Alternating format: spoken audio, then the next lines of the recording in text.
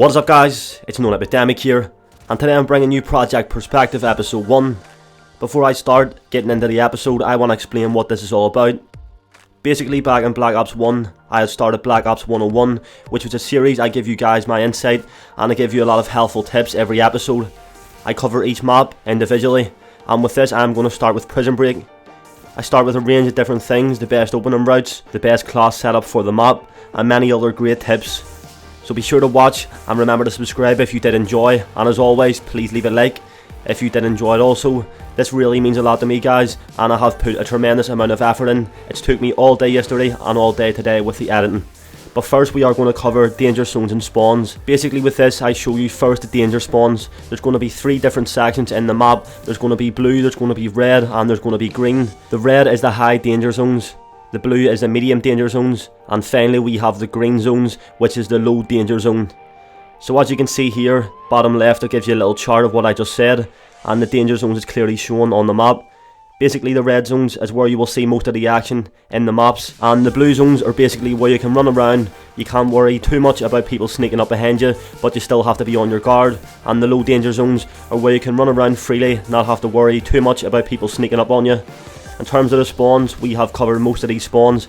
Keep in mind, at the moment Infinity Ward have made these very unpredictable, so it's pretty hard to give you guys an in-depth spawn system, but when that gets fixed I will definitely be showing you a lot more in-depth videos, meaning that I will be showing you myself spectating freely in a private match, and I will be going through each spawn point individually. But moving on guys, we have the next segment. This segment is the best opening routes, where I show you guys the best opening routes on each side to take to try and get that first blood kill, which is always vital at the beginning of the game. So first up we have this side of the spawn, where I'm going to show you guys a pretty neat line of sight. This is definitely a good way to get some quick kills off the bat, and keep in mind this middle part is one of the biggest high traffic points in the map, and at the beginning of the game there's always going to be a guy coming through there. Plus you can take a look to the right also, as I have just done. So definitely guys, check this out at the beginning of this spawn side. Moving on, we have the other side of the spawn, and what you want to do with this one is you want to rush to the far right and try and get behind those enemies that are trying to pick off the guys running through the middle of the bot. It definitely works well, and with this I did do it in a private match with some bots, but it also works in public matches, so be sure to give this one a try if you're looking to get behind those enemies and pick off some quick kills at the beginning of the game. Moving on, we have the third segment, and the third segment this time is First Blood. First Blood is where I show you guys the best opening grenade spots to try and get that first blood kill. Before I start, I would just like to give a big shout out and a big thank you to one of my subscribers, Fisher. Thanks a lot for helping me with this, and just know that I do really appreciate it. As you can now see on the screen, we have the first grenade spot to try and get that first blood kill. This almost always works, as like I said at the start, the middle part is basically the main traffic point in this map. It's where most guys go to try and get those first blood kills, and definitely if you get a grenade where I've shown you, if you try and throw a grenade over there, it will almost always get you that first blood grenade kill. And basically this is a way to try and get those guys that tries to rush around the right and tries to flank round to get behind you. This also works great, and definitely give that a try. So moving on to the other side, we have the third grenade spot. This spot allows you to try and get a grenade up on that little ledge to the right, and that will stop anyone trying to rush up and get the above ground on you guys to try and pick you off first. Definitely works well, and this will almost always get you a kill if there is a guy rushing up there. Keep in mind that went a little too far, so you may want to try and cook it for a little bit. So moving on to the last grenade spot, we are covering the left side this time. This is the most forward grenade spot, and it's pretty easy, no effort involved really. All you have to do is run to the middle and throw the grenade across. It should pick off a lot of guys with this grenade spot. Not just 1 or 2, because many times I have got 3 or 4 people with one grenade. Once again the grenade went a little bit too far, so again I would definitely try and cook this for a little bit before you finally throw it. Moving on to the fourth segment, we have hidden jumps. Keep in mind some of these jumps that I have shown you, I do not condone them.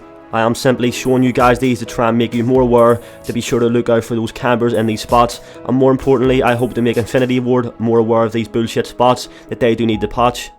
So first off, we have a pretty good spot that this is not a glitch, so keep that in mind.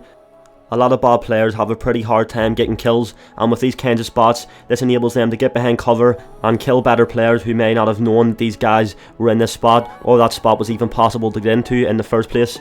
Secondly, we have this spot, which again is not a glitch. This is simply a jump, and all you do is jump up here, pretty good cover and some pretty good lines of sight up here, and then you jump across here. This spot is pretty bad, so don't do that. I would stay in the first spot. And these last couple of jumps are the jumps that I do class as glitches.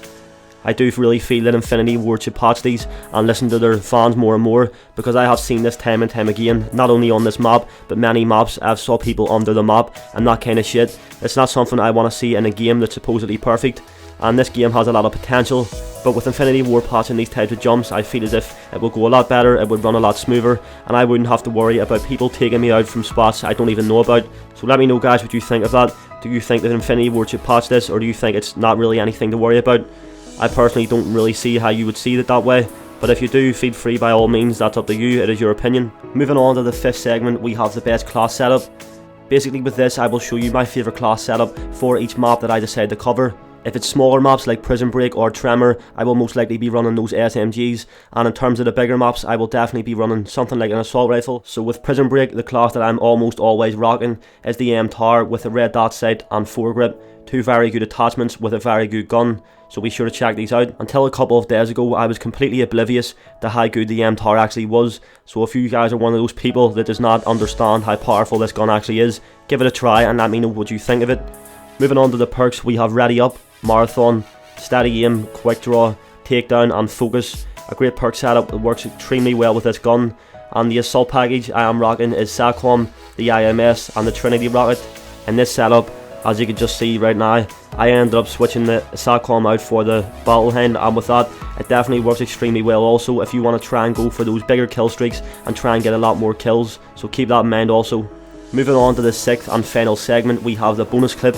This is where I show you my favourite line of sight, my favourite grenade spot, anything like that, and this is just a bonus for you guys watching it. This time I am showing you a very good grenade spot to get those campers out of that little lane that they all decide to camp in. It works extremely well, and as you're about to see with this little kill cam, it's a perfect grenade spot and it rolls over and just picks him off completely. But anyway guys, that is the end of episode 1. Hopefully you do enjoy this, and if you would like to see episode 2, please leave a like rating, subscribe if you haven't already for more videos like this one.